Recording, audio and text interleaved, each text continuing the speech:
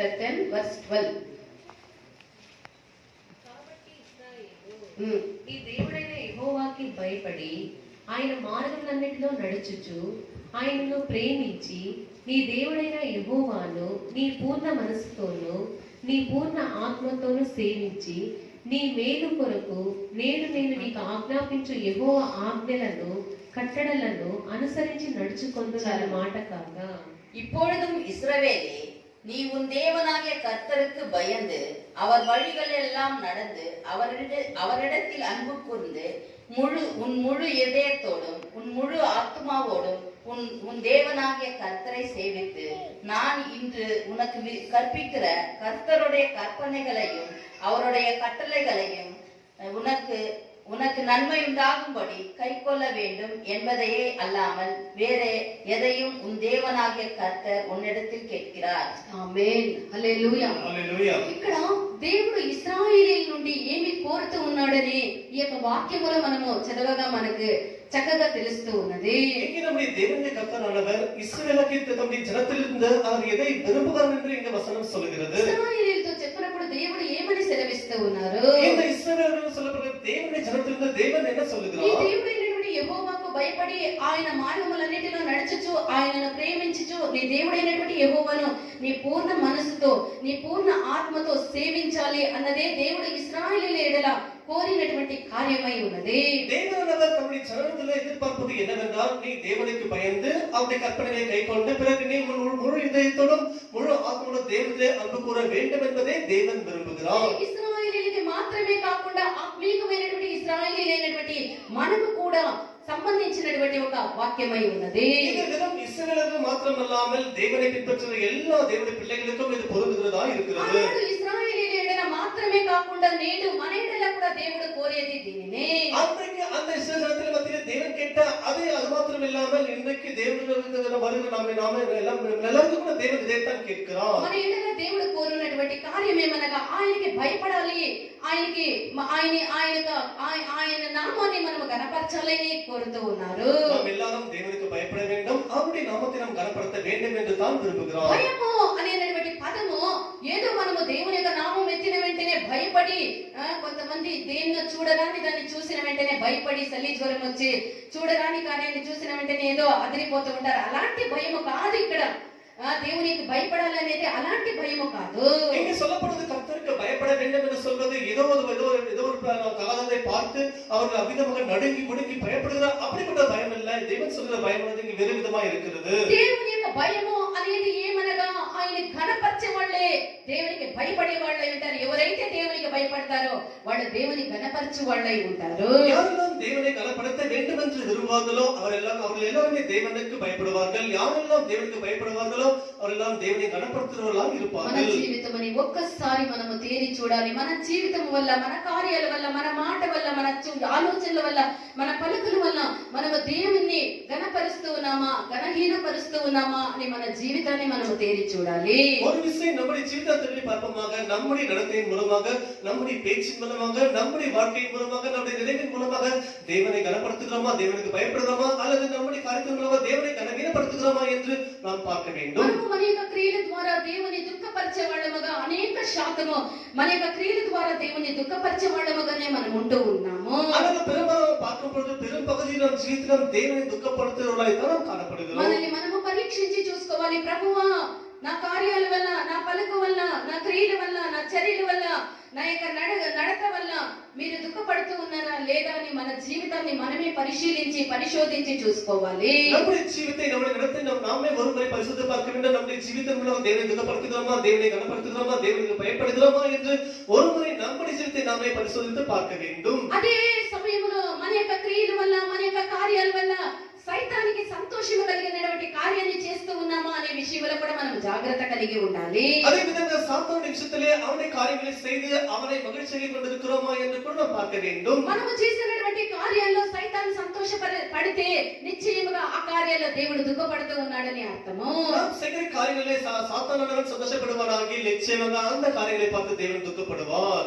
మనము దేవుణ్ణి దుఃఖపరిచి సైతాన్ని సంతోషపరిచే వాళ్ళముగా మనం ఉండరాదు. நாம் சாத்தானை சந்தோஷப்படுத்தி தேவனை துக்கப்படுத்துகிறவர்களாக మన இருக்கக்கூடாது. క్రియలే గాని, మన మాటే గాని, మన పలికే గాని ప్రతి ప్రతిదీ దేవుణ్ణి సంతోషపరిచే విధముగా ఉండాలి. நம்முடைய பேச்சாகிலும் சரி, நம்முடைய ஜீவனாலும் சரி, நம்முடைய நடத்தையாகிலும் சரி, தேவனை சந்தோஷப்படுத்துகிற விதமாய் தான் இருக்க మన வேண்டும். యొక్క స్వభావాలైనా మన మాట అయినా మనము దేవుని నొప్పిపరిచే వాళ్ళముగా మనం ఉండరాదు. நம்முடைய சுகமாகிலும் சரி, நம்முடைய பேச்சாகிலும் சரி, நம்முடைய நடத்தையாகிலும் சரி, தேவனை துக்கப்படுத்துகிற விதமாய் இருக்கக்கூடாது. అదే సమయంలో మనము ఈ యొక్క లోకాన్ని కూడా సంతోషపరిచే వాళ్ళముగా ఉండరాదు. அதே விதமாக இந்த உலகத்தையும் நாம் சந்தோஷப்படுத்துகிறவர்களாய் మనము இருக்கவும் கூடாது. ఎల్లప్పుడూ దేవుని సంతోషపరిచే వాళ్ళమై మనము దేవుని సంతోషపరుస్తూ ఉన్నామా అని చూస్తూ దేవుని సంతోషపరచువారమై ఉండాలి. நாம் எப்பொழுதும் தேவனை சந்தோஷப்படுத்திக் கொண்டு இருக்கிறோமா என்று பார்த்துக் கொண்டு எப்பொழுதும் தேவனை சந்தோஷப்படுத்திக் கொண்டே இருக்க வேண்டும். యోహాను సువార్త 8వ అధ్యాయం 29వ వాక్యాన్ని చదవండి.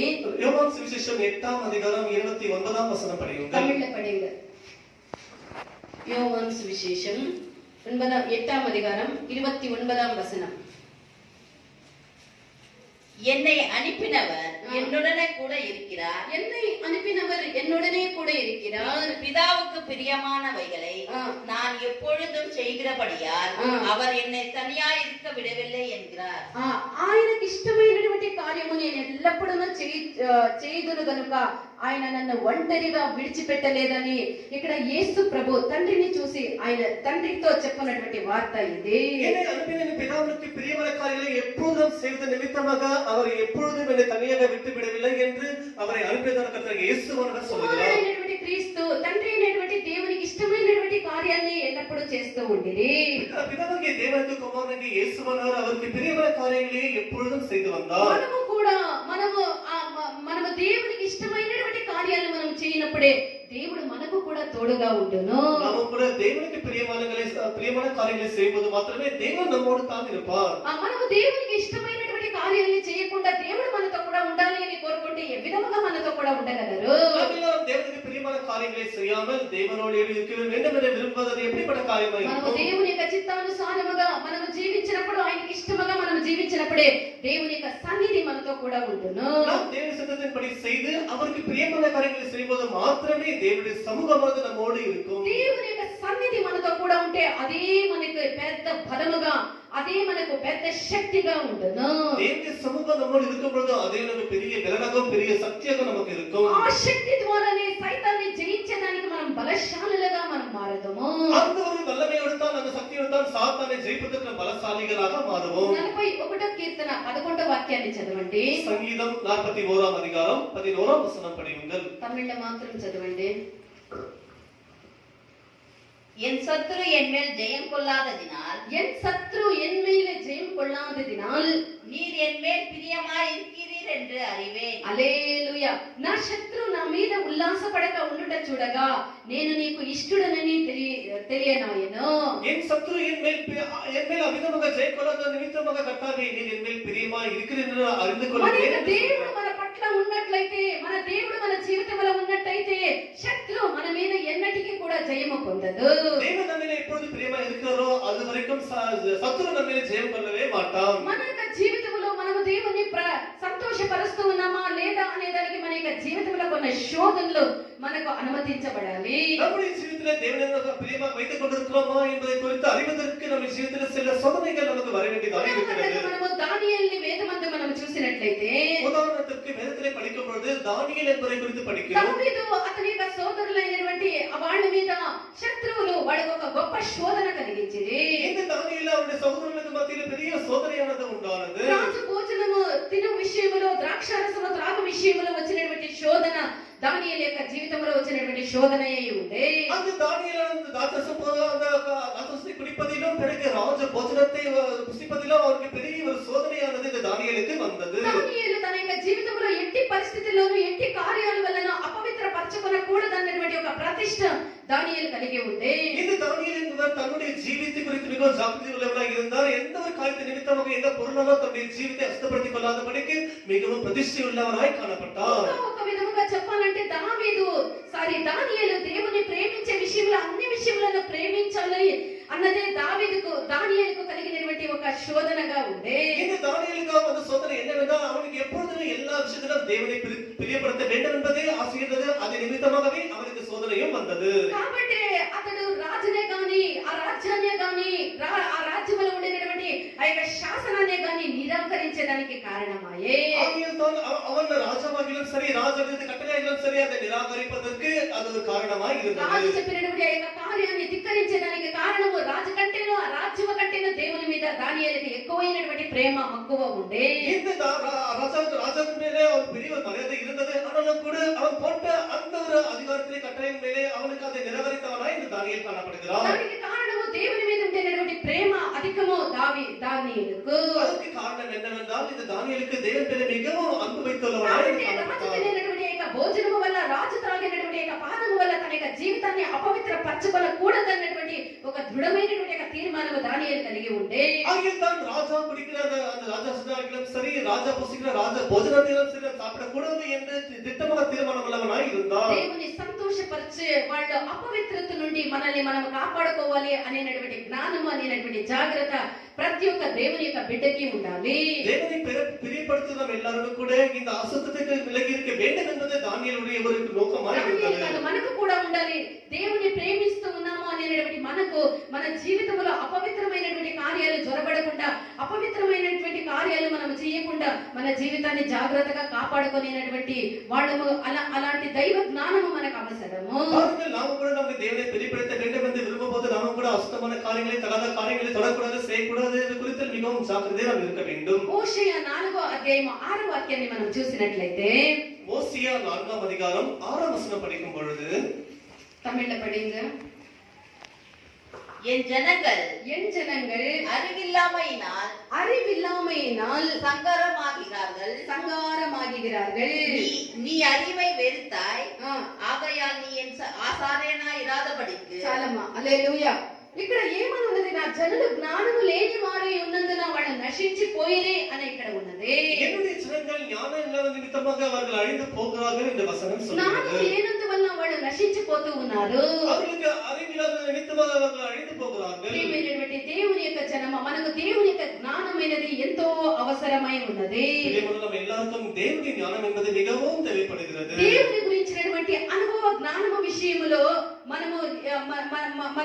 మనం ఎదుర్కొనేటువంటి ఒక్కొక్క కార్యాన్ని మనం ఎదుర్కొని మనము దేవుని యొక్క జ్ఞానములో నానాటికి మనం ఎదిగే వాళ్ళమై ఉండాలి. நாம் தேவனை அறிகிற அந்த ஒரு அறிவிலே ஒவ்வொரு நாளும் அதை பெற்றுக்கொண்டு ஒவ்வொரு நாளும் அவிதமாக கடந்து இருக்கிறவர்கள் முன்னேறலாம் இருக்க ఈ வேண்டும். జ్ఞానము మన యొక్క జీవితంలో, ఈ దైవ జ్ఞానం ఉంటే మన జీవితంలో అపవిత్రపరిచేటువంటి ప్రతి కార్యం నుండి మనం తొలగి మనం దూరముగా ఉండేదానికి వీలగును. நம்முடைய ஜீவிதத்திலே தேவனை அறிகிற அறிவு ஞானம் இருக்குமேயாகில் நம்முடைய ஜீவிதத்தில் அசுத்தமான காரியத்தை நாம் விலகித்தான் இருப்போம். 2 పేతురు 2వ అధ్యాయము 20వ వాక్యాన్ని తమిళ్లో చదవండి. 2 பேதுரு 2ஆம் அதிகாரம் 20ஆம் வசனம் படியுங்கள். 2 పేతురు 2వ అధ్యాయం 20వ వచనం. கர்த்தரும் இரட்சகருமாயிருக்கிற இயேசு கிறிஸ்துவை அறிகிற அறிவினாலே உலகத்தின் அசுத்தங்களுக்கு தப்பினவர்களும் மறுபடியும் அவைகளில் சிக்கிக்கொண்டு ஜெயிக்கப்படாப்பட்டால் அவர்களுடைய பின்னிலைமையையும் మున్నిలేమయం కేడులదా இருக்கும். వారు ప్రభువును రక్షకుడైనటువంటి యేసుక్రీస్తు విషయమైనటువంటి అనుభవ జ్ఞానము చేత ఈ లోక మాలిన్యమును తప్పించుకొనిన తర్వాత మరలా వాటిలో చిక్కబడి వాటి చేత జయింపబడిన ఎడల వారి కడవరి స్థితి మొదటి స్థితి కంటేను చెడ్డదిగా మరి చెడ్డదిగా ఉండును అని ఈ యొక్క వాక్యములో మనం చదువుతూ ఉన్నాము. இயேசுகிறிஸ்துவை அறிகிற அறிவினாலே அவர்கள் தப்பிக்கப்பட்டத அசுத்தங்களுக்கு மீண்டும் சிக்கிக்கொண்டால் அவருடைய முன்னிலைமையானது பின்னிலைமை மிகவும் மோசமாக இருக்கும். మనము దేవుని సంతోషపరిచే విషయంలో అపవిత్రత నుండి కాపాడుకునేది ఎంత ముఖ్యమో అదే విధంగా మన యొక్క మనసును కూడా కాపాడుకునేది అంతే ముఖ్యమై ఉన్నది. நம்முடைய சரீரத்தின் அசுத்தங்களுக்கு எவ்வளவு தப்பித்திருக்கிறோமோ அதே நம்முடைய மனதையும் கூட நாம் விதமாக தப்பித்து வைத்துக் கொண்டிருக்க வேண்டும். దానియేలు రాజు భోజనము చూసినప్పుడు అతని యొక్క కన్నులో అతని యొక్క మనస్సు ఆ యొక్క భోజనం మీద ఉంచలేదు. தானியேலை குறித்து படிக்கும் பொழுது அவனுடைய கண்களாகிலும் சரி அவனுடைய மனதாகிலும் சரி அந்த கண்களை மனதையும் கூட அவன் ராஜ போஜனத்தின் மேலே அந்த பாத்திரத்தின் அந்த பானத்தின் மேலே அவன் வைக்கவில்லை. ఒకవేళ కంటితో ఆ యొక్క దాన్ని చూసి ఉండవచ్చు, అయితే తన యొక్క మనసును వాటి మీద ఉంచలేదు. ஒருவேளை கண்களால் அவைகளை பார்த்திருக்கலாம், ஆனால் அவனுடைய மனதை அதன் மேல் வைக்கவில்லை. ఎల్లప్పుడూ మొదటగా మనల్ని చెరపట్టేది కంటిని చెరపట్టి ఆకర్షణీయమైనటువంటి కార్యాలని మనం వదులుకోలేనటువంటి కార్యాలన్నిటిని మన కంటికి వాడు చూపించును.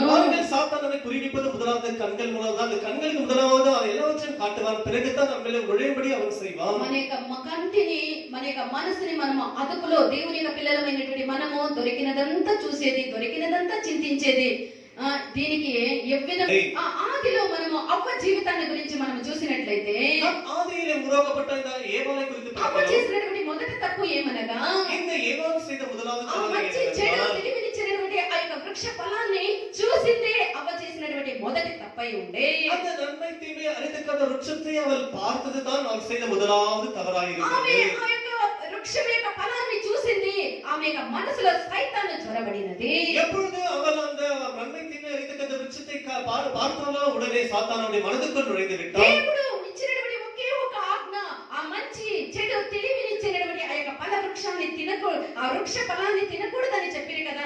ఇంకా తినకూడదని చెప్పినటువంటి ఆజ్ఞని అతిక్రమించి ఆమె కంటితో చూసినది, సైతాన్ ఆమె యొక్క మనసులో జ్వరబడినది. தேவன் சொன்னது ஒரே ஒரு கட்டளை தான் கொடுத்தது, கட்டளை ஒன்று தான், அது நன்மை தீமை அறிந்தக்காத கனியின் விருட்சத்தை புசிக்க கூடாது என்று சொன்னார்.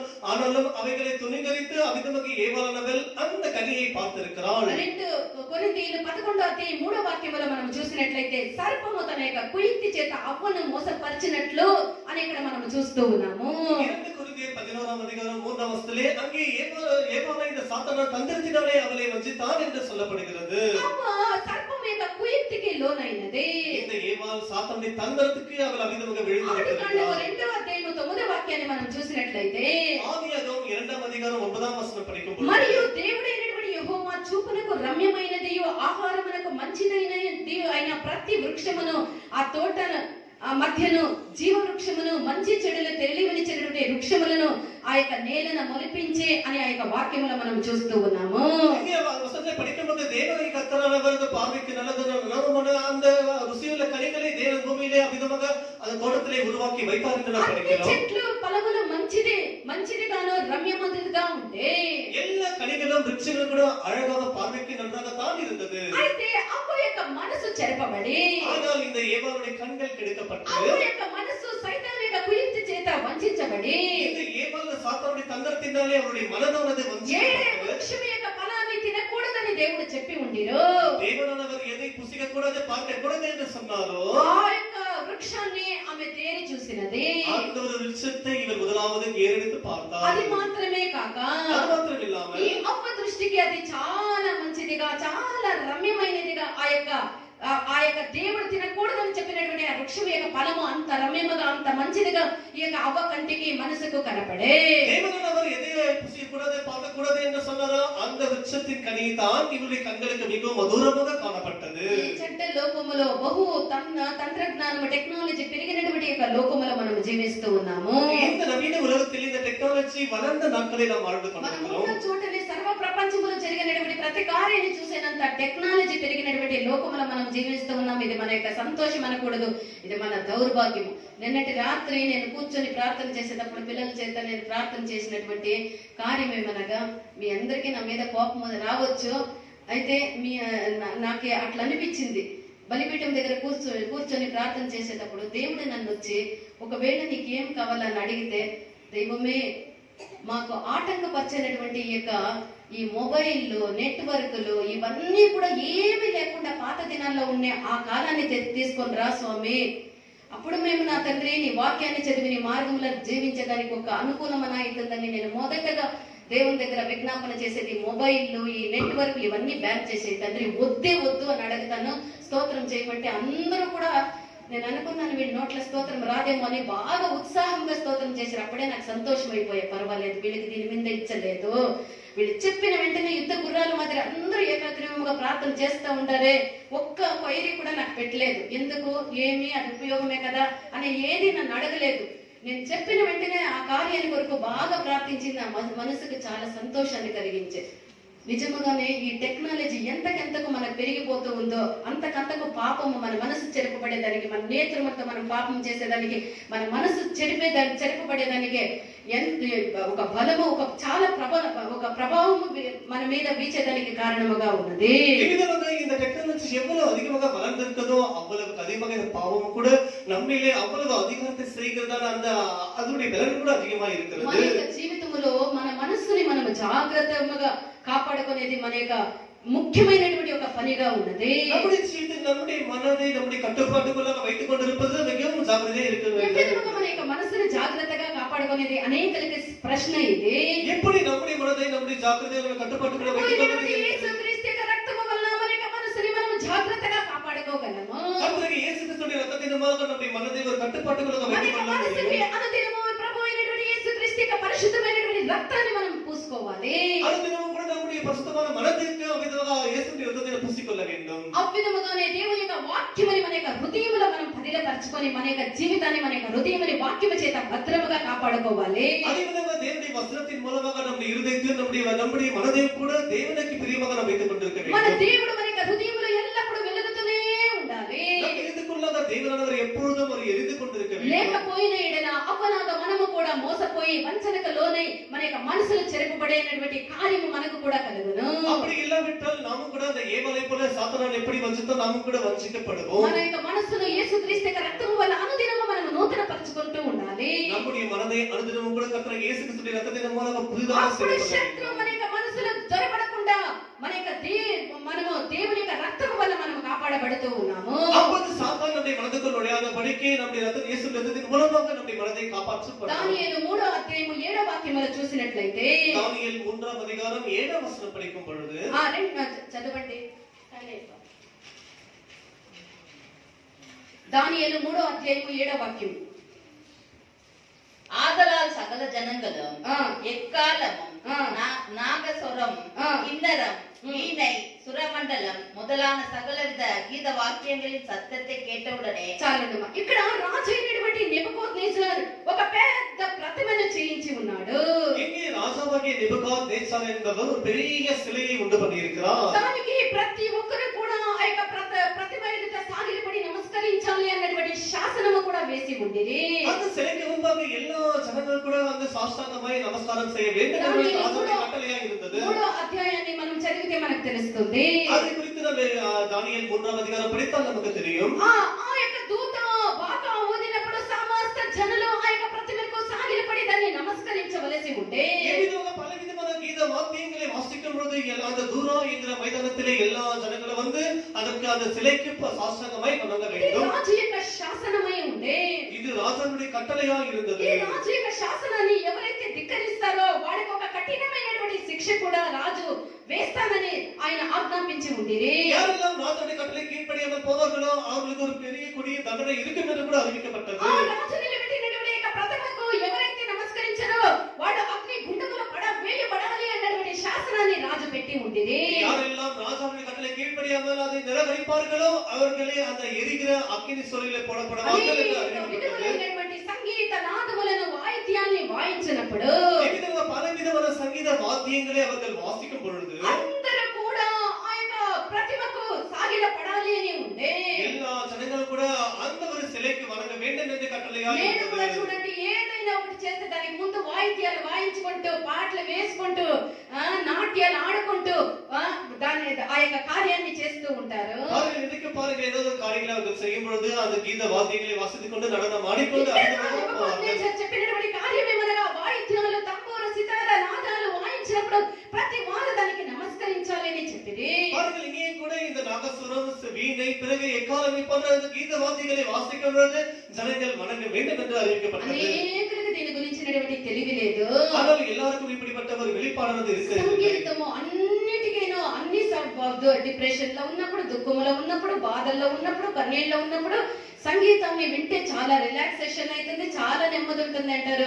ఇది కూడా సైతాన్ యొక్క కుయుక్తిలో ఒక కుయుక్తి అయి ఉన్నది. பாருங்கள் எப்படிப்பட்ட சமயத்திலும் சந்தோஷமா இருந்தாலும் சரி, துக்கமா இருந்தாலும் சரி, இந்த சங்கீதங்களை கேட்கும் பொழுது நம்முடைய மன அழுத்தமானது குறையும் என்று இதுவும் கூட சாத்தானுடைய ஒரு தந்திரமாக வைக்கப்பட்டது. తప్పైనటువంటి చెడ్డదైనటువంటి సంగీతాన్ని సైతాను మనకు వినిపించి మన యొక్క మనసుని అది చెరపట్టుకుంటుంది. இது தவறான சங்கீதங்களை சாத்தான் நமக்கு கேட்க பண்ணி நம்முடைய மனதை கெடுக்கிறவனாக అది இருக்கிறான். దేవుని పై నుండి సైతాన్ పైకి మన యొక్క మనసుని అది లాగి వేస్తుంది. அது தேவனுடைய மேலிருந்து நம்முடைய மனதை சாத்தான் இழுக்கிறதா இருக்கிறது. తప్పుడైనటువంటి సంగీతాల్ని, తప్పుడైనటువంటి తప్పుడైనటువంటి ఆ యొక్క గీతాల్ని మనం వినరాదు.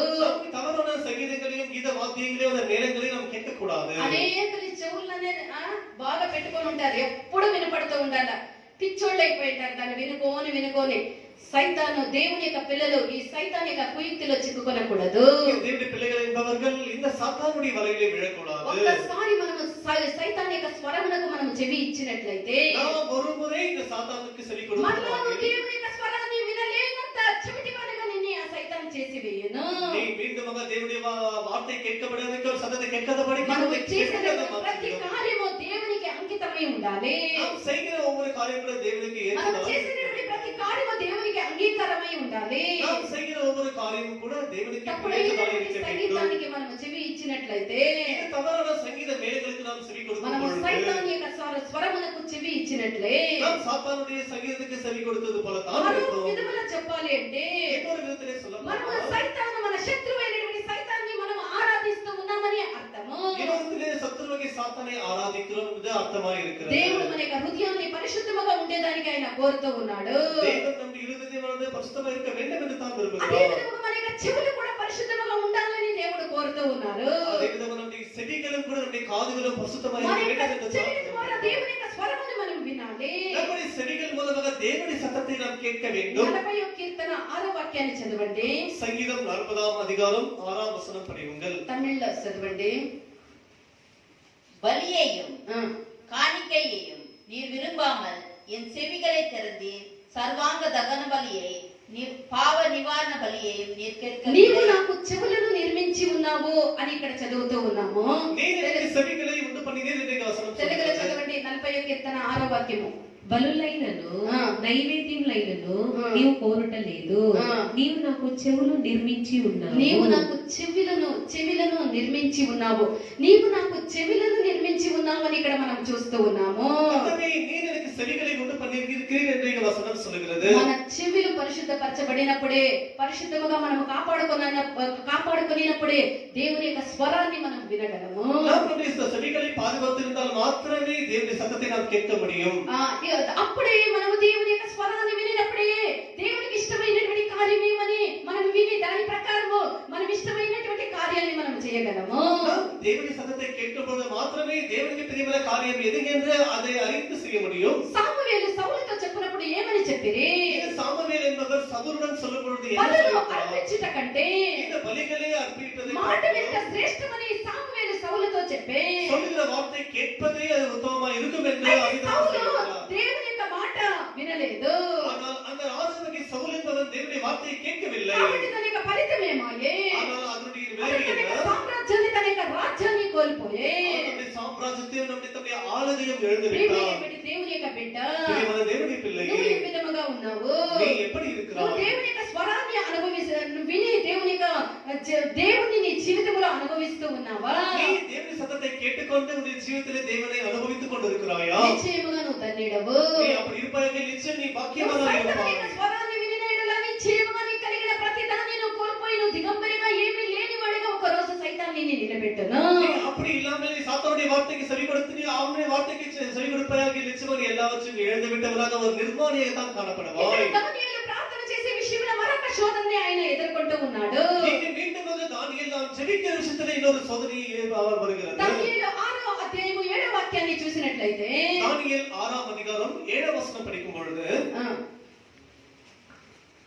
எவனாகிலும் ம். 30 நாள் வரையில் ஆ. ராஜாவாகிய உம்மை தவிர எந்த தேவனையானாலும் மனுஷனையானாலும் நோக்கி யாதொரு காரியத்தை குறித்து விண்ணப்பம் பண்ணினால் அவன் சிங்கங்களின் கொபியிலே போடப்பட ராஜா கட்டளை பிறப்பித்து உறுதியான தகீத் செய்ய வேண்டும் என்று ராஜாவினுடைய எல்லா பிரதானிகளும் தேசாதிபதிகளும் ఇక్కడ రాజు మరొక శాసనాన్ని వేస్తూ ఉన్నాడు. அவர்களுக்கு ராஜா இன்னொரு கட்டளை விதிக்கிறார். ఎవరైనా సరే 30 రోజులు ఏ దేవునికైనా కూడా ప్రార్థన చేయకూడదు.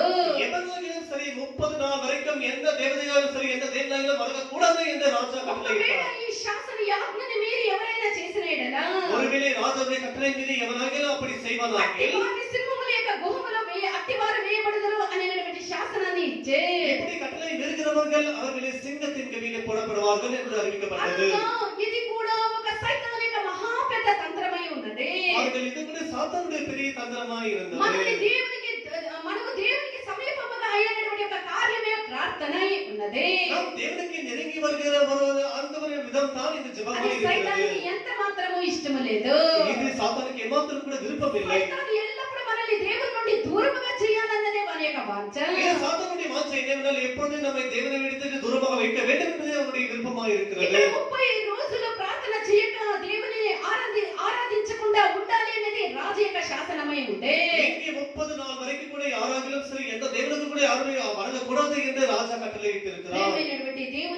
జనమా, మనము దేవునితో కూడా సన్నిహితమైనటువంటి సంబంధము, మనతో మనం దేవుడు ఉండే నటువంటి ఒక కార్యమే ఈ యొక్క ప్రార్థనే ఉన్నది. ప్రార్థన లేని వాళ్ళు దేవునితో సన్నిహితముగా ఉండేదానికి వీలు కాదు, వాళ్ళు దేవునికి దూరం అయిపోగుదురు. யாரெல்லாம் ஜெபத்திலே தேவனோடு இருப்பார்களோ அவர் தேவனோடு நெருங்கி ஒரு தேவன் சம்பந்தப்பட்டவர்களாக இருப்பார்கள். யாரெல்லாம் ஜெபம் இல்லாமல் இருப்பார்களோ அவர்களுக்கும் தேவனுக்கு எந்த சம்பந்தம் இல்லாமல் 30 இருப்பார்கள். రోజులు దేవునితో కూడా సంబంధం లేకుండా ఉంటే సైతాను ఈజీగా వచ్చి మన యొక్క జీవితంలో చొరబడి, మన హృదయంలో చొరబడి దేవునికి మనల్ని దూరం చేసి మన యొక్క జీవితంలో వాడు మరణాన్ని, నాశనమైనటువంటి కార్యాన్ని వాడు మన యొక్క జీవితంలో నింపును. பாருங்கள், 30 நாள் வரைக்கும் நாம் ஜெபம் இல்லாமல் இருந்தால் நிச்சயமாக சாத்தான் சுலபமாக நம்மிலே வந்து நுழைந்து நாம் தேவனுக்கு தூரமாக விலக்கி அவர் சாத்தானுக்கு எந்த காரியங்களை செய்யும்படிக்கு நம்மை அபிநவமாக மாற்றிவிடுவார். దేవునితో కూడా సన్నిహితమైనటువంటి సంబంధాన్ని ఎల్లప్పుడూ ప్రార్థన ద్వారా మనం పొందుకొని ఉండాలి. நாம் தேவனோடு எப்பொழுதும் நெருங்கிய ஒரு சம்பந்தத்தை இந்த ஜெபத்தின் மூலமாக நாம் வைத்துக் கொண்டு இருக்க வேண்டும். 1 తిమోతి 2వ అధ్యాయం మొదటి 2 వాక్యాలను చదవండి. 1 தீமோத்தேயு 2ஆம் அதிகாரம் முதல் 2 வசனங்களை படியுங்கள்.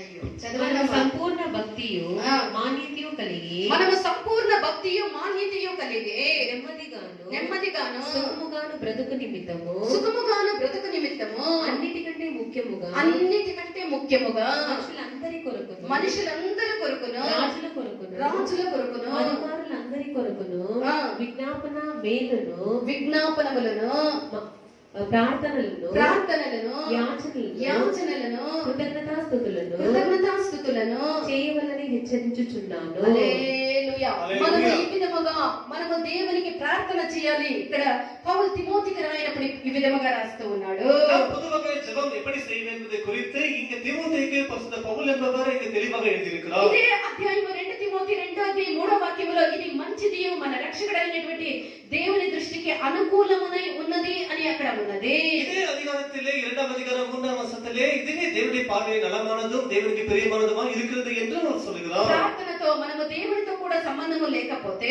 நாம் தேவனோடு ஜெபத்திலே ஐக்கியமா இல்லாமல் போனால் ఒక మనిషి ఎంత అందముగా, ఎంత చక్కగా, ఎంత చూసేదానికి ఆకర్షణీయముగా ఉన్ననో అతడు వెన్నెముక లేకపోతే ఏ విధముగా అతని యొక్క పరిస్థితి ఉండునో అదే విధముగానే ప్రార్థన లేనటువంటి ఒక మనిషి యొక్క జీవితము ఉండును. ஒரு மனுஷன் எவ்வளவு அழகாக சௌந்தரியமாக இருந்தாலும் கூட அவனுக்கு முதுகெலும்பானது இல்லாவிட்டால் அவன் அப்படித்தான் காணப்படுவான்.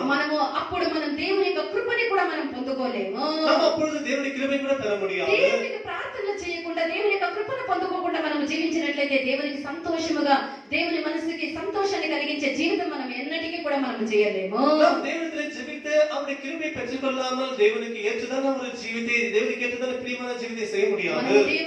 దేవుని మనం సంతోషపరచాలంటే మొదటగా మనం దేవునికి భయపడాలి. நாம் தேவனை சந்தோஷப்படுத்த வேண்டும் என்றால் முதலாவது தேவனுக்கு நாம் பயப்பட வேண்டும். రెండవదిగా ఆయన యొక్క త్రోవలి యందు మనం నడవాలి. இரண்டாவதுగా அவருடைய வழிகளில் நாம் நடக்க வேண்டும். 119వ కీర్తన 30వ వాక్యాన్ని చదవండి. 119ஆம் சங்கீதம் 30ஆம் வசனம் படியுங்கள்.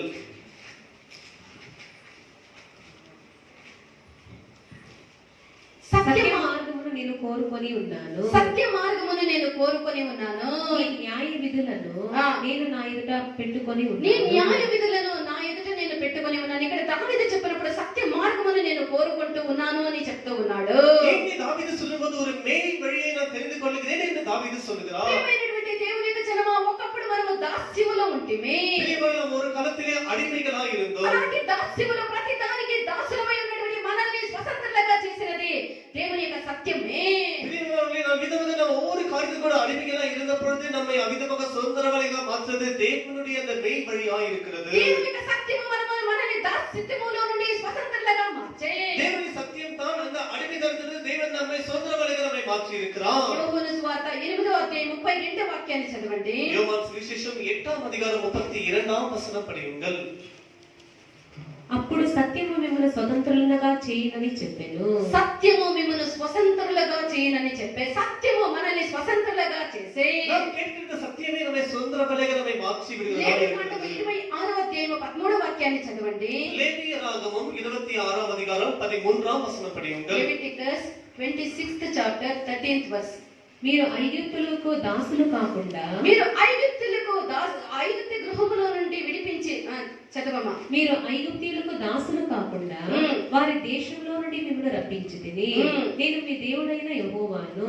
నేను మీ కాడి పలుపులను తెంపి మిమ్మల్ని నిలువుగా నడవ చేసితిని. అనగా మిమ్మల్ని దాసత్వం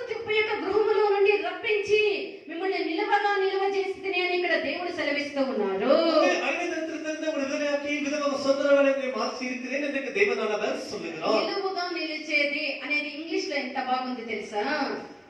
ఇంగ్లీష్ లో ఏమనుంది అంటే, చదవండి, నిలువుగా నిలిచేదాన్ని ఇంగ్లీష్ లో.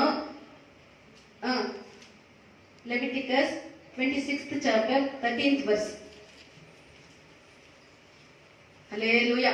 ఇక్కడ నిలువుగా నిలిచేది అనే దానికి ఇంగ్లీష్ లో ఏమనుంది అంటే, యథార్థముగా నడిచేది అనేటువంటి ఒక ఇదే ఉంది అక్కడ ఇంగ్లీష్ లో చాలా బాగుంది. యథార్థముగా నడిచేది అని రాయబడి ఉంది. இங்கே விதமாக நிமிர்ந்து நிற்பது என்று சொல்வது யதார்த்தமா இருக்கிறது குறித்து இங்கே இங்கிலீஷிலே சொல்லப்படுகிறது. యథార్థముగా నడుచుకునేది అంటే దాని యొక్క అర్థం ఏమి? యథార్థமாய் நடப்பது என்றால் அதனுடைய அர்த்தம் என்ன? మనం ఎరిగినటువంటి ఆ సత్య ఉపదేశాన్ని అనుసరించి నడిచేది యథార్థముగా నడిచేది. அறிந்த சத்தியத்துக்கு ஏற்றபடி நடப்பது தான் இந்த யதார்த்தமாய் நடப்பது. యథార్థము లేక సత్య ఉపదేశములు లేకుండా సత్యముగా మనం జీవించకపోతే యథార్థముగా మనం జీవించలేము. இந்த சத்திய உபதேசம் இல்லாமல் யதார்த்தமாய் ஜீவிக்க போனாலும் తెలుగులో నిలువుగా నిలిచేది అంటే ఇంగ్లీష్ లో యథార్థముగా నడిచేది అని ఉన్నది. இங்கே நிமிர்ந்து நிற்பது என்று சொல்வது இங்கிலீஷிலே யதார்த்தமாய் நடப்பது என்று ஒரு அர்த்தத்தை காட்டுகிறது. కాబట్టి ప్రియమైనటువంటి దేవుని యొక్క జనమా, ஆகிய பிரியமான தேவனுடைய ஜனமே, దేవుడు మనకి సత్యముల్ని బయలుపరిచినప్పుడు, தேவன் நமக்கு சத்தியங்களை దేవుడు మనకు అనేక విధములైనటువంటి బోధనల్ని సత్యోపదేశములు మనకు బోధించినప్పుడు, தேவன் நமக்கு பல விதமான சத்திய உபதேசங்களை நமக்கு போதிக்கிறார். వాటిని విరోధించి ఎదిరించి కాదు, వాటిని అనుసరించి వాటికి లోబడి మనం జీవించాలి. நாம் அதை எதிர்த்து விரோதித்தாலும் நாம் ஜீவிக்க வேண்டியது, நாம் அதை அனுசரித்து கீழ்ப்படிந்து நாம் నువ్వు ஜீவிக்க வேண்டும். అనుసరించి జీవించిన యెడల ఆ సత్యమే నీ దాస్యములో నుండి నీ స్వతంత్రులుగా చేసేది. அந்த சத்தியங்களை அனுசரித்து கீழ்ப்படிந்து ஜீவிக்கும் பொழுதே அந்த சத்தியமே உன்னை அடிமைத்தனத்திலிருந்து விடுத்த சுதந்திரத்தை மாற்றுவதாக இருக்கிறது. పాపం అనేటువంటి ఆ యొక్క దాస్యమునికి నీ యొక్క జీవితముని లోబర్చి ఉన్నది. ఆ యొక్క పాపం అనేటువంటి దాస్యం యొక్క కాడి నుండి నిన్ను విడిపించేది దేవుని యొక్క సత్యమై ఉన్నది. அந்த அடிமைத்தனத்தினுடைய ஆளாக்கின அந்த பாவத்தை உன்னை நீக்கிவிட்டு அமிதமாக உன்னுடைய சத்தியமே உன்னை விடுதலாக்குகிறதாக இருக்கிறது. కాబట్టి మనము సత్యాన్ని ప్రేమించి దాన్ని అనుసరించి జీవించే విషయంలో మనము జాగ్రత్త కలిగి ఉందము గాక.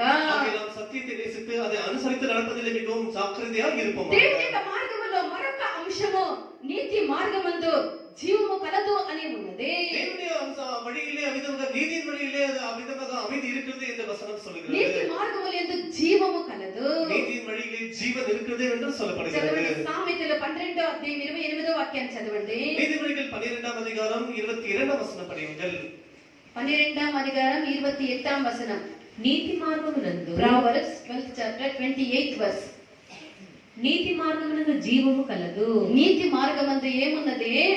దాని త్రోవల మరణమే లేదు. దాని త్రోవల్లో మరణమే లేదు. నీతి మార్గములో జీవమున్నది, ఆ నీతి మార్గములో మరణమే లేదు. இந்த நீதியின் வழியிலே ஜீவன் இருக்கிறது, அதிலே மரணம் என்பதே இல்லை. ఈ నీతి మార్గములో మనం నడుచుకొనవలేను. இந்த நீதியின் வழியில் தான் நாம் நடக்க ఈ வேண்டும். నీతిని మనం ఈ విధముగా పొందుకొనేది இந்த நீதியை நாம் எப்படி பெற்றுக்கொள்வது? దేవుని యొక్క వాక్య మూలముగా మనము ఈ నీతిని మనం పొందుకోగలము. தேவனுடைய வசனத்தின் மூலமாக இந்த நீதியை நாம் பெற்றுக்கொள்ளலாம். ద్వితీయోపదేశ కాండము 6వ అధ్యాయం 25వ వాక్యాన్ని చదవండి. உபாகமம் 6ஆம் அதிகாரம் 25ஆம் வசனம் படியுங்கள். Deuteronomy 26th chapter 25th verse. Deuteronomy ద్వితీయోపదేశ కాండం 6వ అధ్యాయము 25వ వాక్యం. ఉపాగమం 6వ అధికారం 25వ వచనం. మన దేవుడైన యెహోవా మనకు ఆజ్ఞాపించినట్లు ఆయన సన్నిధిని ఈ సమస్తమైన ఆజ్ఞలను అనుసరించి మనము నడుచుకొనున్నప్పుడు మనకు నీతి కలుగును. ఆయన ఆజ్ఞలన్నిటినీ మనము అనుసరించి నడిచినప్పుడు మనకు నీతి కలుగును. அவருடைய கட்டளை எல்லாம் கைப்பற்றி நடக்கும் பொழுது நிச்சயமாக நமக்கு நீதியானது ఈ கிடைக்கும். నీతిని మనము దేవుని యొక్క వాక్య మూలముగా మనం పొందుకుంటూ ఉన్నాము. இந்த நீதியை தான் தேவனுடைய வசனத்தின் மூலமாக நாம் ఆ యొక్క பெற்றுக்கொண்டிருக்கிறோம். వాక్యమే మన నీతి, ఆ నీతే మన యొక్క దేవుడై ఉన్నాడు. இந்த వசనమే நம்முடைய நீதி, அந்த நீதி தான் நம்முடைய தேவனாய் మన యొక్క இருக்கிறார். నీతి ఎవరు? మన యొక్క దేవుడే మన యొక్క నీతి. ఆయనే వాక్యము, ఆయన వాక్యాన్ని అనుసరించేదే నీతి, ఆ నీతే దేవుడై ఉన్నాడు. நம்முடைய நீதி என்பது யார்? நம்முடைய தேவனாய் இருக்கிறார். அந்த தேவனே நம்முடைய வசனமாய் வாக்கியமாய் మన இருக்கிறார். దేవుడైనటువంటి యెహోవా ఆజ్ఞాపించినటువంటి సమస్త ఆజ్ఞల్లో నుండి మనము నడుచుకోవాలి. అప్పుడే మనకు నీతి కలుగును. தேவன் நமக்கு கட்டளையிட்ட எல்லா வழியிலும் நடக்கும் பொழுது அப்பொழுது நமக்கு நீதியானது நமக்கு கிடைக்கும். నీతి యొక్క ఆ ముఖ్యమైనటువంటి అంశము ఏమనగా, இந்த நீதியுடைய முக்கியமான ஒரு அம்சம் అది విజయము నుండి విజయమునకు మనము సాగిపోయేదే దీని యొక్క ముఖ్యమైనటువంటి అంశమై ఉన్నది. இதனுடைய அம்சம் என்னவென்றால் நம்முடைய ஜெயத்திலிருந்து மென்மேலும் ஜெயத்தை பெறுகிறதுக்கு உதவி செய்கிறதா యెహోషువ இருக்கிறது. 1వ అధ్యాయం 8వ వాక్యాన్ని చదవండి. யோசுவா 1ஆம் அதிகாரம் 8ஆம் வசனம் படியுங்கள். இந்த நியாய பிரமாண புஸ்தகம் உன் வாயை விட்டு பிரியாதிருப்பதாக. இதில் எழுதப்பட்டிருக்கிறபடியெல்லாம் நீ செய்ய கவனமாயிருக்கும்படி இரவும் பகலும் அதை தியானித்து கொண்டிருப்பாயாக. హల్లెలూయా. తెలుగులో చదవండి. ఈ ధర్మశాస్త్ర గ్రంథమును మ్మ్. నీవు బోధింపక తప్పిపోకూడదు. మ్మ్. దానిలో రాయబడిన వాటన్నిటిని ప్రకారము చేయుటకు నీవు జాగ్రత్త పడినట్లు ఈ ధర్మశాస్త్రమును మనము తప్పిపోకూడదు. దాంట్లో రాయబడినటువంటి కార్యములన్నీ మనము జాగ్రత్తగా చేయుటకు నీవు జాగ్రత్త పడినట్లు మనము జాగ్రత్త పడాలి. మనము ధర్మశాస్త్రములో ఉండేటటువంటి ఆ ధర్మశాస్త్రాన్ని తప్పిపోకూడదు. దాన్ని పాటించడానికి జాగ్రత్త కలిగి ఉండాలి. ஆண்கள் நியாயப்பிரமாண புத்தகத்தில் சொல்லப்பட்டவைகள் நம்முடைய வாயை விட்டு விலகக்கூடாது. பிறகு அதில் சொல்லப்பட்ட காரியங்கள் நாம் செய்ய கவனமாக இருக்க ఈ வேண்டும். యొక్క మార్గముని దీని యొక్క అర్థం ఏమంటే இதனுடைய அர்த்தம் என்னவென்றால் మనము దేవుని నీతిలో మనము నడవాలి అన్నదే దీని యొక్క అర్థమై ఉన్నది. இதனுடைய அர்த்தம் என்னவென்றால் நாம் நீதியில் நடக்க வேண்டும் என்பதே இதனுடைய ఈ அர்த்தம். నీతిలో మనం నడిచినప్పుడు మన యొక్క జీవితంలో మనకు విజయమైనది మన యొక్క దేవుడు మనకి అంత్యములో మనకు అనుగ్రహించును. நாம் இந்த நீதியின் வழியிலேயே நடந்து கொண்டு போகும்போது நமக்கு ஜெயத்தை தேவன் நமக்கு கடைசியிலே మనం தருவார். ఎవరి యొక్క ఆధీనములో ఉండాలి. நாம் யாருடைய ஒரு కొంతమంది కొన్ని கீழ்ப்படிதல் బలహీనతల యొక్క ఆధీనములో ఉంటారు. சிலர் தங்களுடைய அந்த பலத்திலே ஒரு அடியில் இருப்பார்கள். அவர்களுடைய பலவீனத்துல அது பாவமா இருக்கலாம், அது விடாமல் இருக்கிறதான காரியமா இருக்கலாம், ஏதாகிலும் இருக்கலாம். ஆனால் మనం ఎవరి యొక్క ఆధీనములో ఉండాలి. కొంతమంది యొక్క ఆధీనములో ఉంటారు, అండర్లో ఉంటారు. పాపం యొక్క అండర్లో ఉంటారు, ఇంకొక మనుషుల యొక్క అండర్లో ఉంటారు, తమ ప్రేమించిన వాళ్ళ యొక్క అండర్లో ఉంటారు. మనం ఎవరి యొక్క అండర్లో ఉండాలి? హల్లెలూయా. హల్లెలూయా. మనము దేవుని యొక్క నీతిని అనుసరించేటటువంటి దేవుని యొక్క పిల్లలమై మనం ఉండాలి. நாம் நீதியை பின்பற்றி நடக்கிற தேவனுடைய பிள்ளைகளாக இருக்க வேண்டும். మనము నీతిని అనుసరించి వాక్యము యొక్క అండర్లో మనం ఉండాలి. దేవుని యొక్క వాక్యముని మనము వాక్యం యొక్క ఆధీనములో మన యొక్క జీవితముని మనం నడిపించుకొని మనం పోవాలి. நாம் நீதியை பின்பற்றி தேவனுடைய வசனம் என்கிற விதமாக அந்த நீதியின் வழியிலே தேவனுடைய தலைமையில் நாம் நடத்தப்பட வேண்டும். దేవుని యొక్క వాక్యం యొక్క ఆధీనములో మనం నడిచినప్పుడు தேவனுடைய வசனம் என்கிற அந்த வழியில நாம் நடத்தப்படும் ఆ பொழுது దేవుని యొక్క వాక్యం వల్ల కలిగినటువంటి యొక్క శక్తితో మనం మన యొక్క జీవితం నింపబడను. தேவனுடைய வசனமாக நடக்கும்போது வருகிற அந்த வல்லமை மூலமாக நாம் நிரப்பப்படுவோம். ఆ యొక్క వాక్యము మనము మన యొక్క జీవితంలో ఒక పెద్ద బలాన్ని కలిగించను. இந்த ஒரு வசனமே நமக்கு ஒரு பெரிய பலத்தை கொடுக்கிறதா ఆ இருக்கிறது. యొక్క వాక్యములో మనం విశ్వాసం ఉంచినప్పుడే మన యొక్క జీవితము వృద్ధిలోనికి పోగును. இந்த வசனத்தின் மேலே நாம் விசுவாசத்தை வைக்கும் பொழுது நம்முடைய ஜீவியமானது வளர்ந்து கொண்டே கொண்டு போகும். దేవుని యొక్క వాక్య మూలముగా మన యొక్క విశ్వాసం యొక్క క్రియలు కూడా మనం దేవుని యొక్క వాక్య మూలముగానే విశ్వాసం యొక్క క్రియలు కూడా మన యొక్క జీవితంలో జరిగేదానికి కారణము దేవుని యొక్క వాక్యమే. நம்முடைய ஜீவிதத்திலே விசுவாசம் கிரியைகளை செய்வதற்கு இந்த வசனமே நமக்கு மூலமாய் இருக்கிறது. ఒక ఉదాహరణకు చెప్పాలంటే ஒரு உதாரணத்துக்கு சொல்ல మనకి வேண்டும் என்றால், ఏదైనా సామర్థ్యము మన యొక్క శక్తి మన యొక్క సామర్థ్యములు మనకు ఉన్నప్పుడు நமக்கு ஏதேனும் வல்லமை ஒரு சாமர்த்தியம் நமக்கு இருக்கும் பொழுது మనం అప్పుడు కూడా ఇది నా బలము వల్ల దీని వల్ల అనకుండా దేవుని యొక్క వాక్యమును మనం గట్టిగా పట్టుకొని அப்பொழுது கூட இதனுடைய பலத்தினால் உண்டானது என்று சொல்லாமல் தேவனுடைய வசனத்தை கட்டியாக பிடித்துக் கொண்டு ఇదంతయు దేవుని వల్ల నాకు కలిగినది అని చెప్పినప్పుడు అది మనకు నీతిగా ఎంచబడుతుంది. எல்லாமே தேவனுடைய காரியமாக நடந்தது என்று அதிகமாக சொல்லும்போது நமக்கு நீதி. మనము వ్యాధిగ్రస్తులైనప్పుడు దేవుని యొక్క వాక్యమును మనం గట్టిగా పట్టుకోవాలి. நாம் வியாதிப்பட்டிருக்கும்போது தேவனுடைய வசனத்தை கட்டியாக అది பிடித்துக் మనకు నీతిగా கொள்ள வேண்டும். ఎంచబడును. அது நமக்கு நீதியாக எண்ணப்படும். ఈ విధముగా మనము దేవుని యొక్క నీతిని మన యొక్క జీవితంలో అనుదినము అనుభవిస్తూ ఉండాలి. எவ்விதமாக நம்முடைய ஜீவிதத்திலே இந்த நீதி ஒவ்வொரு நாளும் அனுபவிக்க வேண்டும். ఇదే మన యొక్క దేవుడు మన యొక్క నుండి కోరేనటువంటి కార్యము. இதுவே தேவன் நம்முடைய மத்தியில் விரும்புகிற காரியமாய் మన యొక్క இருக்கிறது. దేవుడు మన యొక్క కోరేనటువంటి కార్యం ఏమనగా ఆయన్ని మనము ప్రేమించాలి అన్నదే. தேவன் நம்முடைய மத்தியில் நம்மிடத்திலே விரும்புவது என்னவென்றால் நாம் அவரை நேசிக்க வேண்டும் అవును, என்பதாய் ఆయన్ని నేను இருக்கிறது. ప్రేమిస్తూ ఉన్నాను. అదే నా జీవితంలో ప్రముఖమైనటువంటి ఒక కార్యము, ప్రాముఖ్యమైనటువంటి కార్యం మనం చెప్పుదుము గాక. கர்த்தரை நாம் எல்லாரும் உங்களை நேசிக்கிறோம் என்று அவிதமாக ஒரு முக்கியமாக தேவத்தில் நாம் சொல்லுவோமா? ప్రేమ అనేటటువంటి యొక్క పదాన్ని విప్పి చూసినట్లయితే இந்த அன்பு என்ற வார்த்தையை பிரித்து பார்த்தால் ప్రేమ అంటే ట్రాన్స్లేషన్ చేయమంటే చాలా బాగా చేస్తారు. ప్రేమ అనేటటువంటి పదాన్ని విప్పి మనం చూసినట్లయితే இந்த அன்பு என்ற ஒரு வார்த்தையை பிரித்து பார்த்தால் దేవుడు ప్రేమ స్వరూపి అయి ఉన్నాడు. தேவனே அன்பின் சுரூபியாய் దేవుడు இருக்கிறார். లేని దానిని మనము ప్రేమ అని మనం చెప్పలేము. தேவன் இல்லாத காரியத்தை இது அன்பு என்று నువ్వు நாம் சொல்ல అనుకున్నదంటే முடியாது. ప్రేమ కాదు. நீ நினைப்பதெல்லாம் அது அன்பு వాక్యము கிடையாது. దేవుడు ప్రేమ స్వరూపి అని సెలవిస్తూ ఉన్నది. வசனம் என்பது தேவன் அன்பா இருக்கிறார் என்று దేవుడు சொல்கிறது. లేనివాడు ఏ కార్యమైనా సరే నీవు కలిగి దాన్ని నేను ప్రేమిస్తూ ఉన్నాను అంటే అది ప్రేమ కాదు. தேவன் அல்லாததை வைத்துக் கொண்டு நான் விரும்புகிறேன் என்று சொன்னால் அது அன்பாக மாறாது. ఈ లోకములో ప్రేమ అని పిలిచేదానికి అనేక కార్యములు ఉన్నవి. இந்த உலகத்திலே அன்பு என்று அழைப்பதற்கு பல காரியங்கள் இருக்கிறது. అయితే అవన్నీ కూడా దేవుని యొక్క వాక్యముని ఆధారం చేస్తే నిజమైనటువంటి ప్రేమలు కాదు. அவைகளெல்லாம் வசனத்தின்படி ஒப்பிட்டு பார்த்ததாக எல்லாம் அன்பு கிடையாது. ఉదాహరణకి శారీరకమైనటువంటి ప్రేమ, உதாரணத்துக்கு சரீர பிரகாரமான அன்பு. దేవుని యొక్క వాక్యం దీన్ని ఏమంటూ ఉన్నది? தேவனுடைய வசனம் இது என்ன சொல்லுகிறது? శారీరకమైనటువంటి ప్రేమను దేవుని యొక్క వాక్యము ఏమని చెప్తూ ఉన్నది? சரீர பிரகாரமான அன்பை குறித்து தேவனுடைய வசனம் శారీరకమైనటువంటి ప్రేమను దేవుని యొక్క వాక్యము ఇచ్చ అని చెప్తూ ఉన్నది. சரீர பிரகாரமான அன்பை தேவனுடைய வசனமானது அதை இச்சை என்று சொல்லுகிறது. శారీరకమైనటువంటి ప్రేమకు దేవుని యొక్క వాక్యం ఇచ్చినటువంటి అర్థము ఇచ్చ. இந்த சரீர பிரகாரமான அன்பை குறித்து தேவனுடைய வசனம் சொல்லுகிற காரியம் என்னவென்றால் அது சரீரத்தின் இச்சையா இருக்கிறது. సామాజికమైనటువంటి ఒక ప్రేమ ఉన్నది. அது சமூகத்தின் ஒரு அன்பு இருக்கிறது. ఇది దేవుని యొక్క వాక్యము దీనికి అనురాగము అనేటువంటి ఒక దేవుని యొక్క వాక్యము దీనికి అనురాగము అని చెప్తూ ఉన్నది.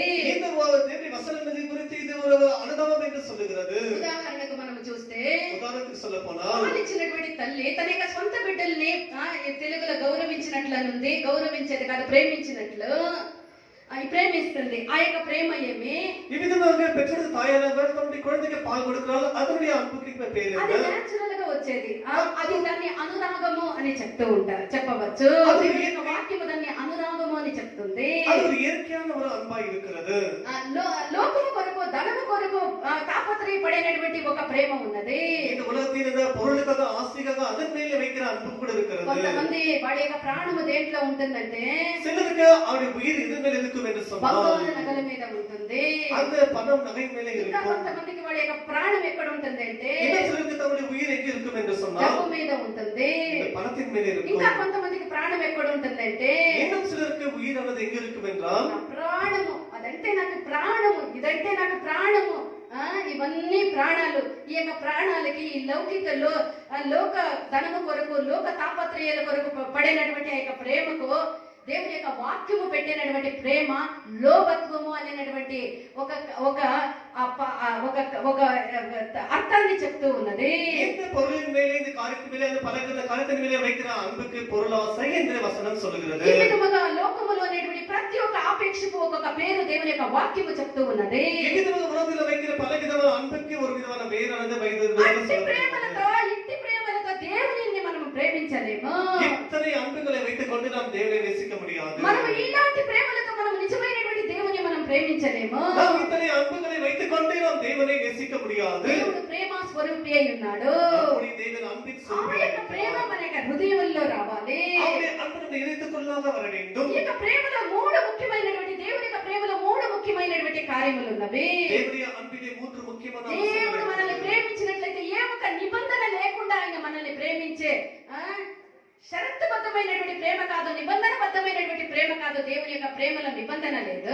தேவனுடைய அன்புக்குள்ளாக எந்த ஒரு கட்டுப்பாடுகளோ எந்த ஒரு விதிமுறைகளோ இருக்காது. కాబట్టి ఎన్నో కొరతలు, ఎన్నో మనము బలహీనతలు, ఎన్నో దేవునికి కాని కార్యాలు మన యొక్క జీవితంలో మనం కలిగి ఉన్నప్పటికీ కూడా ஆகையால் நம்முடைய ஜீவிதத்திலே எத்தனை காரியங்களை குறைவுகள் இருந்தாலும் கூட దేవుడు మనల్ని నెట్టివేయకుండా మనల్ని ప్రేమిస్తూనే ఉన్నారు.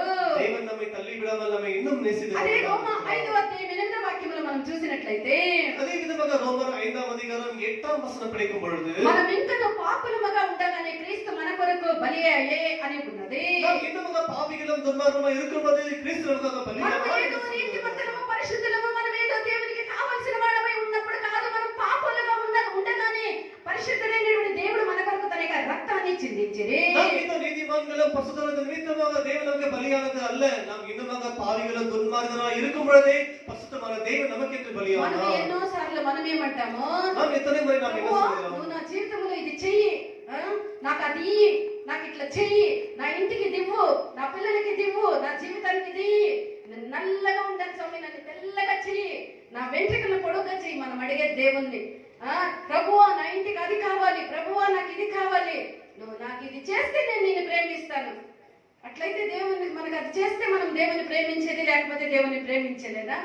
మనము పాపులము, దుర్మార్గులము, ద్రోహులము, పనికిరాని వాడుగా, విడవబడిన వాడుగా ఉన్నప్పుడే మన యొక్క దేవుడు మనల్ని ప్రేమించి మన కొరకు తన యొక్క ప్రాణాన్ని ఇచ్చే కదా. பாருங்கள், நாம் பாவிகளும் துன்மார்க்கம் துரோகியாக இருக்கும்போது தேவன் நமக்கு தன்னுடைய உயிரை கொடுத்தார் அல்லவா? మనకి మన జీవితంలో ఏదైనా ఒక చిన్న నష్టం కలిగితే நம்முடைய ஜீவிதத்தில் நமக்கு ஏதாவது சிறிய మన நஷ்டம் உண்டானால் కోడి 12 పిల్లలేసి ఒక పిల్ల ఏదైనా గద్దో కాక ఎత్తకపోతే దేవుడే లేడు, నా జీవితంలో దేవుడే లేదు, నా పాలిటికి దేవుడే లేదు, దేవుని కండ్లే లేదు, దేవునికి చెవిలే లేదు, దేవుడు అన్ని నాకు నష్టమునే కలిగిస్తూ ఉన్నాడు, నేను దేవుని ప్రేమించే దాంట్లో అర్థమే లేదని మనం అంటూ ఉన్నటువంటి సందర్భాలు ఎన్నో ఉన్నవి. எவ்விதமாக நாம் நேசிக்கிற அந்த கோழிகள் அதுல அந்த குஞ்சுகளில் ஒன்றாகிலும் அவைகள் காணாமல் போனால் தேவனுக்கு கண்ணிலே என் மேல அன்பில்லை என்று அவ்விதமாக தேவனை సమస్యలు శ్రమలు தூஷிக்கிறோம். బాధలు వచ్చినప్పుడు మనం దేవుని ప్రేమించేది లేదు. நமக்கு துக்கங்கள் நமக்கு சோதனைகள் வரும்போது தேவனை నువ్వు நேசிப்பது చేస్తే నేను నీట్లో నిన్ను ప్రేమిస్తానని మనం ఎన్నో నిబంధనల్ని దేవుని ప్రేమించడానికి మనం పెట్టుకొని ఉన్నాము. கர்த்தாவே நீர் இதை செய்தால் மாத்திரமே நான் உன்னை நேசிப்பேன் என்று அவ்விதமாக பல விதமான நிபந்தனைகளை தேவனுக்கு అయితే வைக்கிறோம். అనేక దేవుడు మనల్ని ఏ నిబంధన లేకుండా ఏ షరతు మన మీద విధించకుండా మనల్ని ఆయన ప్రేమించే ஆனால் நம்முடைய தேவனானவர் நம்மிலே எந்த ஒரு நிபந்தனையை வைக்காமல் நம்மை அவ்விதமாக దేవుని நேசித்திருக்கிறார். పిల్లలమైనటువంటి మనము కూడా ఇదే ప్రేమ కలిగి ఉండాలి. தேவனுடைய பிள்ளைகள் நாமும் கூட இப்படிப்பட்ட அன்பை உடையவர்களாக இருக்கிறோம். రెండవదిగా మనము చూస్తే இரண்டாவது நாம் பார்க்கும் பொழுது మన తండ్రి అయినటువంటి దేవుని యొద్దకు మనము తేబడినటువంటి క్రీస్తు ప్రాణాన్ని మనము ఎక్కడో దేవునికి దూరస్థులముగా ఉంటుంది. ఆ దూరస్థులైనటువంటి మనల్ని సమీపస్థులుగా చేసేదానికి, దేవునికి శత్రువులైనటువంటి మనల్ని మిత్రువులుగా చేసేదానికి తండ్రి అయినటువంటి దేవునితో మన మనుషులమైనటువంటి మనల్ని సమాధాన పరిచేదానికి క్రీస్తు చేసిన చూపిన ప్రేమ ఎంతో గొప్పది. பாருங்கள், நம்ம எல்லாமே பிதாவாகிய தேவனுக்கு எவ்வளவோ தூரமாய் இருந்து பகைஞராக இருந்தோம். ஆனால் அப்படிப்பட்ட பகைஞர் இருந்த தூரமாய் இருந்த நம்மை கிறிஸ்துவன நம்மை அவ்விதமாக நம்முடைய கிறிஸ்து பிதாவோட ஒப்புரமாக்கி நம்மை நெருங்கி வர செய்தாரே, அந்த அன்பு எவ்வளவு பெரிதாக இருக்கிறது. ఆయన మనల్ని సమాధాన పరిచేదానికి ఇచ్చినటువంటి విలువ తన యొక్క ప్రాణాన్ని విలువగా ఇచ్చే நம்மை பிதாவோடு சமாதானப்படுத்துவதற்கு அவர் கொடுத்த கிரயமே அதனுடைய உயிராக இருக்கிறது. 1 పేతురు 3వ అధ్యాయం 18వ వాక్యాన్ని చదవండి. 1 பேதுரு 3ஆம் அதிகாரம் 18ஆம் வசனம் படியுங்கள். ஏனெனில் கிறிஸ்துவும் நம்மை தேவனிடத்தில் சேர்க்கும்படி அந்நியதியுள்ளவர்களுக்கு பதிலாக நீதி உள்ளவராய் பாவங்களின் நிமித்தம் ஒரு தரம் பாடுபட்டார். அவர் மாம்சத்திலே கொலையுண்டு ஆவியிலே உயிர்ப்பிக்கப்பட்டார். యేషయా 53వ అధ్యాయం 12వ వాక్యాన్ని చదవండి. ஏசாயா 53ஆம் அதிகாரம் 12ஆம் வசனம் படியுங்கள். ఏలయనగా మరణము పొందినట్లు అతడు తన ప్రాణమును ధారపోసెను అని ఉన్నది. ஏனென்றால் தன்னுடைய ஆத்மாவை மரணத்திலே ஊற்றி அக்கிரமக்காரர்கள் வருவார் நாம் என்ன ప్రేమ అనగా తన స్వంత ప్రాణాన్ని కూడా చూడకుండా అది మన కొరకు పెట్టినటువంటిదే నిజమైనటువంటి ప్రేమ. ஏன்னா அன்பு என்று சொல்வது தன்னுடைய உயிரை கூட பார்க்காமல் நமக்காக அவர் பலியானதே அதுவே శత్రువులుగా ఉండగానే మన కొరకు ప్రాణం పెట్టేదానికి బలవంతపరచబడినటువంటి క్రీస్తు ప్రేమ. இதுவும் சத்துருவா இருக்கும்போது நம்ம அவிதமா நேசிக்க வேண்டியதை பலவந்தம் பண்ணி நம்ம ఆ యొక్క ప్రేమ మన యొక్క జీవితంలో మనకు రావాలి. அப்படிப்பட்ட அன்பு நமக்குள்ளதா வர అప్పుడే మనము కూడా మనస్ఫూర్తిగా మన దేవుని కొరకు మన యొక్క ప్రాణాన్ని ధారపోసేదానికి మనం సిద్ధపడదాము. அப்பொழுது நம்முடைய முழுவதான அன்பை தேவனுக்கு என்று ஊற்ற முடியும். మూడో ప్రేమ ఉన్నది. மூன்றாவது அம்சம் ఈ యొక్క ప్రేమే మనల్ని రూపాంతరము చేసేటటువంటిది. இதுவே நம்மை ரூபாந்தரம் செய்கிற ஒரு அன்பாக இருக்கிறது. రోమ 5వ అధ్యాయం 5వ వాక్యాన్ని చదవండి. ரோமர் 5ஆம் அதிகாரம் 5ஆம் வசனம். మనకు అనుగ్రహించబడినటువంటి పరిశుద్ధాత్మ ద్వారా దేవుని యొక్క ప్రేమ మన యొక్క హృదయంలో కుమ్మరించబడి ఉన్నది అని ఇక్కడ మనం చదువుతూ ఉన్నాము. நமக்கு கொடுக்கப்பட்ட பரிசுத்தாவியின் மூலமாக அந்த அன்பின் ரசம் என்பது நமக்குள்ளாக ஊற்றப்பட்டிருக்கிறது என்று வசனம் சொல்லுகிறது. 1 యోహాను 3వ అధ్యాయం 1వ వాక్యాన్ని మనం చూసినట్లయితే 1 யோவான் 3ஆம் அதிகாரம் 1ஆம் வசனம் படிக்கும் பொழுது మనము దేవుని యొక్క పిల్లలమని పిలిచినట్లు తండ్రి మనకి ఎట్టి ప్రేమను అనుగ్రహించును చూడుడి అని ఇక్కడ మనం చూస్తూ ఉన్నాము. நாம் எல்லாரும் தேவனுடைய பிள்ளைகள் என்று அழைக்கப்படுவதற்கு பிதாவாகிய தேவனார் நமக்கு பாராட்டின அந்த அன்பு எவ்வளவு பெரியது என்று பாருங்கள். இங்கே தேவனுடைய அன்பு என்று சொல்லப்படும்போது శత్రువులను తన యొక్క కుమారులుగా చేసేటటువంటి ప్రేమ. இந்த சத்துருக்களை தேவனுடைய குமாரனாக மாற்றுகிற அன்பாக இருக்கிறது. దేవుని యొక్క ప్రేమ అనగా శత్రువులని దేవుడు తన స్వంత కుమారులుగా చూసేదే దేవుని యొక్క ప్రేమయే ఉన్నది. தேவனுடைய அன்பு என்று சொல்வோம் என்றால் அது சத்துருக்களை கூட தேவனுடைய பிள்ளைகளாக மாற்றுகிறதா పాపులను இருக்கிறது. పరిశుద్ధులుగా మార్చేదే దేవుని యొక్క ప్రేమయే ఉన్నది. இந்த பாவிகளை பரிசுத்தவான்களாக மாற்றுகிறது தேவனுடைய அன்பாக దరిద్రులని ప్రేమ இருக்கிறது. ద్వారా ధనవంతులుగా మార్చేదే దేవుని యొక్క ప్రేమయే ఉన్నది. இந்த தரித்திரங்களை ஏழைகளை ஐஸ்வர்யவான்களாக மாற்றுகிறதே தேவனுடைய அன்பாக இருக்கிறது. ఇంత గొప్ప ప్రేమే దేవుని యొక్క ప్రేమ. இவ்வளவு பெரிய அன்பு தான் தேவனுடைய మనము அன்பாக దేవుని యొక్క இருக்கிறது. ప్రేమతో నింపబడితే தேவனுடைய அன்பினால் మనము நிரப்பப்படுவோம் కూడా என்றால் పూర్ణ హృదయంతో పూర్ణ మనసుతో పూర్ణ శక్తితో మన యొక్క దేవుని మనం ప్రేమించగలము. நம்மளுடைய முழு பலத்தோடு முழு ஆத்மாவோடு முழு மனதோடு தேவனை நாம் நேசிக்க முடியும். మన పూర్ణ హృదయంతో పూర్ణ శక్తితో మన పూర్ణ మనసుతో మన యొక్క దేవుని మనం ప్రేమించగలము. ప్రేమించాలి. நாம் முழு மனதோட முழு பலத்தோட முழு ஆத்மாவோட தேவனை நாம் நேசிக்க முடியும். లూకా సువార్త 1వ అధ్యాయము 74 75 వాక్యాలను మనం చూసినట్లయితే லூக்கா சுவிசேஷம் 1ஆம் அதிகாரம் 74 75 వచనங்களை படியுங்கள். ఆయన తన ప్రజలకు దర్శనమిచ్చి వారికి విమోచన కలుగజేసెను. తన సేవకుడైన దావీదు వంశముగా మన కొరకు రక్షణ శృంగమును అనగా మన శత్రువుల నుండి మనల్ని ద్వేషించు వారందరి చేతి నుండి తప్పించి రక్షణ కలుగజేసెను. దీనిని గురించి ఆయన ఆదిని తన పరిశుద్ధ ప్రవక్తల నోట పలికించెను. ఆయన మన పితరులను కరుణించుటకును మన యొక్క దేవుడు మనల్ని విరోధి యొక్క చేతుల్లో నుండి మనల్ని విడిపించేది. நம்முடைய தேவன் நம்முடைய சத்துருக்களை கையிலிருந்து நம்மை விடுதலையாக்கினார். మన యొక్క దేవుడు శత్రువు అనబడినటువంటి మన సైతాన్ యొక్క చేతుల నుండి మనల్ని విడిపించే. இந்த தேவனானவர் நம்மை சத்துரு என்று சாத்தானுடைய கையிலிருந்து நம்மை விடுதலையாக்கினார். విడుదలని మనం ఎల్లప్పుడూ కాపాడుకోవాలి. அந்த விடுதலை எப்பொழுது பாதுகாத்துக்கொள்ளுங்கள். దాస్యమనేటువంటి యొక్క కాడిలో వెళ్ళి చిక్కుకొని నేడనా நீ மீண்டுமாக அந்த அடிமை என்ற சாத்தானுடைய காடிக்குள்ளே வீழ்ந்து விடுவாயில் దేవుడు మనకిచ్చినటువంటి విడుదలని స్వతంత్రతని మనము కోల్పోతూ ఉన్నాము. దేవుడు நமக்கு கொடுத்த அந்த சுதந்திரத்தை நாம் இழந்து விடுகிறவர்களாய் இருக்கிறோம். మనము దేవుని సేవించే విషయములో, దేవుని ఆరాధించే విషయములో, దేవుని వెంబడించే విషయములో మనము సంపూర్ణులై మనం ఉండాలి. நாம் எல்லாரும் தேவனை ஆராதிக்கிற விஷயத்திலே, தேவனை பின்பற்றும் விஷயத்திலே மிகவும் ஜாக்கிரதை, மிகவும் முழு மனதோடு தேவனை దేవుని వెంబడించే విషయంలో మన యొక్క మనస్సాక్షిని కూడా మనం జాగ్రత్తగా మనం కాపాడుకోవాలి. தேவனை பின்பற்றும் விஷயத்தில் நம்முடைய మనసాక్షి மிகவும் ஜாக்கிரதையாக வைத்துக் పరిశుద్ధతతో கொள்ள దేవుని మనము పరిశుద్ధతతోనూ నీతితోనూ మనము దేవుని సేవించాలి. పరిశుద్ధతోடும் నీతిயோடும் தேவனை సేవిக்க లేవి வேண்டும். కాండము 11వ అధ్యాయం 45వ వాక్యమును మనం చూసినట్లయితే లేవియరాగమం 11వ అధికారం 45వ నేను పరిశుద్ధులను కనుక మీరును పరిశుద్ధులు కావాలి అని అక్కడ ఉన్నది. நாம் பரிசுத்தமாயிருக்கிறது போல நீங்களும் பரிசுத்தமாய் இருக்க வேண்டும் என்ற வசனம் దేవుని சொல்லுகிறது. పిల్లలమైనటువంటి మనము విచ్చలవిడిగా జీవించే రాజు పరిశుద్ధతను మనం కాపాడుకోవాలి. దేవుని పిల్లలుగా కూడా మనం కూడా పోకి நம்ம சொந்த விருப்பத்தை நாம் ஜீவிக்க கூடாது. తిమోతి 2వ అధ్యాయం 22వ వాక్యములో పౌలు తిమోతికి ఏమని రాస్తూ ఉన్నారు? 2 తిమోతియు 2వ అధికారం 22వ వచనத்திலே అవిధமாக తిమోతికి పౌలు என்ன சொல்லுகிறான்? చదవండి. యవ్వన నీవు యవ్వనించుల నుండి పారిపోము. ఇచ్చల నుండి పారిపోము. పవిత్ర హృదయములై పవిత్ర హృదయములై ప్రభువునకు ప్రార్థన చేయు. 1 పేతురు 2వ అధ్యాయం 11వ వాక్యం చదవమ్మా. 1 పేతురు 2వ అధ్యాయం 11వ వాక్యం. ప్రియులారా, మీరు పరదేశులను యాత్రికులై ఉన్నారు గనుక ఆత్మకు విరోధముగా పోరాడు శరీరాశలను ఆత్మకు విరోధముగా పోరాడినటువంటి శరీర ఇచ్చలను విసర్జించాలి అని ఉన్నది. ஆத்மாவுக்கு விரோதமாய் போராடுகிற சரீர இச்சைகளை விலக்க வேண்டும் என்று வசனம் சொல்கிறது. మనల్ని మనమే ప్రత్యేకించుకోవలేను. நம்மை நாமே வேறு பிரிந்திருக்க வேண்டும். మనము దేవునికి పరిశుద్ధ జీవితాన్ని చేసేదానికి మన యొక్క జీవితాన్ని కాపాడుకోవాలి. దేవునికంటే పరిశుద్ధమైన జీవితం సేవకు நம்முடைய జీవితத்தை வேறு பிரித்திருக்க வேண்டும். దేవునికి ఇష్టమైనది కీడు అని అనిపించేటువంటి ప్రతి ఒక్క కార్యానికి మనము దూరపరచుకోవాలి. దేవునికి ప్రియమైనదకు తీంగాయి కోరుకునే எல்லா కార్యక్రమాలను நாம் విలగ வேண்டும். ఎందుకు ఏమి అదేమి తప్పు ఇదేం తప్పు ఇట్లా చేస్తే ఏం తప్పు అట్లా వేసుకుంటే ఏం తప్పు వాళ్ళ విధముగా ఉన్నారే వీళ్ళ విధముగా ఉన్నారే అనేటువంటి ప్రశ్నని మనం అడగరాదు. அது செய்தால் என்ன தவறு, இது செய்தால் என்ன தவறு, அவங்க அப்படி இருக்காங்களே இவங்க இப்படி இருக்காங்களே என்று நாம் அப்படிப்பட்ட கேள்விகளை கேட்க கூடாது. కీడు అనిపించేటువంటి ప్రతి విషయముల నుండి మనల్ని మనమే దూరపరచుకోవాలి.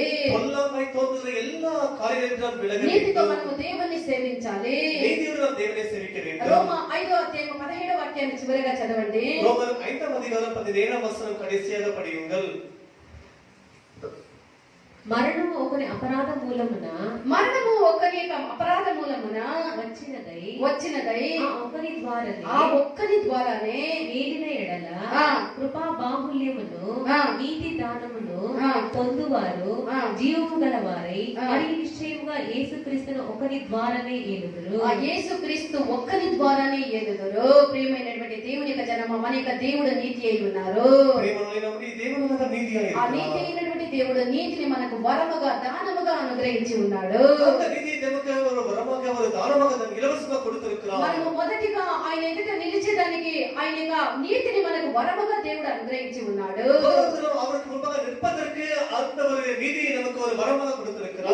మరొక నీతి ఉన్నది. 17 కీర్తనలో 17వ అధ్యాయం 15వ వాక్యాన్ని చదవండి. சங்கீதம் 17ஆம் அதிகாரம் 15ஆம் வசனம் படியுங்கள். నేనైతే నీతి గలవాడనై నీ ముఖ దర్శనముతో నా ఆశను తీర్చుకొందును అని దావీదు ఇక్కడ అంటూ ఉన్నాడు. தாவீதுக்கு சொல்லும்போது நான் நீதிமானாக இருந்து உடைய முகத்தை பார்த்து பிரகாசமாக இருக்கிறேன் என்று இங்கே தாவீது சொல்கிறார். మనకుండేది ఒకే ఒక ఆశ. நமக்கு இருப்பது ஒரே ஒரு మన ஆசை. నీతి కలిగినటువంటి దేవుడు ఆయన వచ్చినప్పుడు நம்முடைய நீதியாகி நம்முடைய தேவன் ఆయన வரும்போது నిశ్చయముగా ఆ నీతి కలిగినటువంటి దేవుడు మధ్యాకాశములో ఆయన రానై ఉన్నాడు. நம்முடைய நீதியுள்ள தேவன் நிச்சயமாக ஒரு மத்திய மனத்திலே வர இருக்கிறார். దేవుడు వచ్చినప్పుడు அவர் வரும் பொழுது ఆయన ముఖ దర్శనమును చేసేదే మన యొక్క నీతి. అదే ఆయన ముఖ దర్శనములు చేసేదానికి దేవుడు మనల్ని నీతి ఆయన ముఖ దర్శనం చేసేదానికి కావాల్సినటువంటి నీతి ఒకటి ఉన్నది. ఆ నీతి మన యొక్క దేవుడు మనకిచ్చును. அவ்விதமாக அவர் மகிமையில் அவர் வரும் பொழுது நாம் அவரை பார்ப்பதற்கு அந்த நீதியில நிரப்பட்டு தான் அவர் முகத்தை பார்க்க முடியும். அந்த நீதி தேவன் கொடுக்கிறவராய் இருக்கிறார். జీవితము జీవించి ఆయన నీతి కలిగినటువంటి దేవుని మనం చూడలేకపోతే మనలాంటి దౌర్భాగ్యమే లేము. பாருங்கள், இவ்வளவு நாம் ஜீவித்து அவருடைய முகத்தை பார்க்காவிட்டால் நம்மை போல ஒரு தௌர்பாக்கியம் உள்ளவர்கள் யாரும் இருக்க వచ్చినప్పుడు மாட்டார்கள். ఆయన చూసేదానికి కావాల్సినటువంటి ఆయన ముఖ దర్శనాన్ని చేసేదానికి కావాల్సినటువంటి నీతిని ఆఖరిలో మన యొక్క దేవుడు మనకు అనుగ్రహించును. பாருங்கள், தேவனானவர் கடைசியில் வரும் பொழுது அவருடைய முகத்தை பார்க்கதான நீதியை தேவன் நமக்கு தருவார். మనము దేవుని మన జీవితాన్ని దేవునికి మనం సమర్పించుకుందాము గాక. நம்முடைய ஜீவித்தை தேவனுக்கு நாம் ஒப்பு கொடுப்போமாக. ఆయన వచ్చినప్పుడు నీతి కలిగినటువంటి దేవుని నీతితో ఎదుర్కొని పోయి చూసేదానికి ఆయన యొక్క కృపను మనకు మెండుగా అనుగ్రహించును గాక.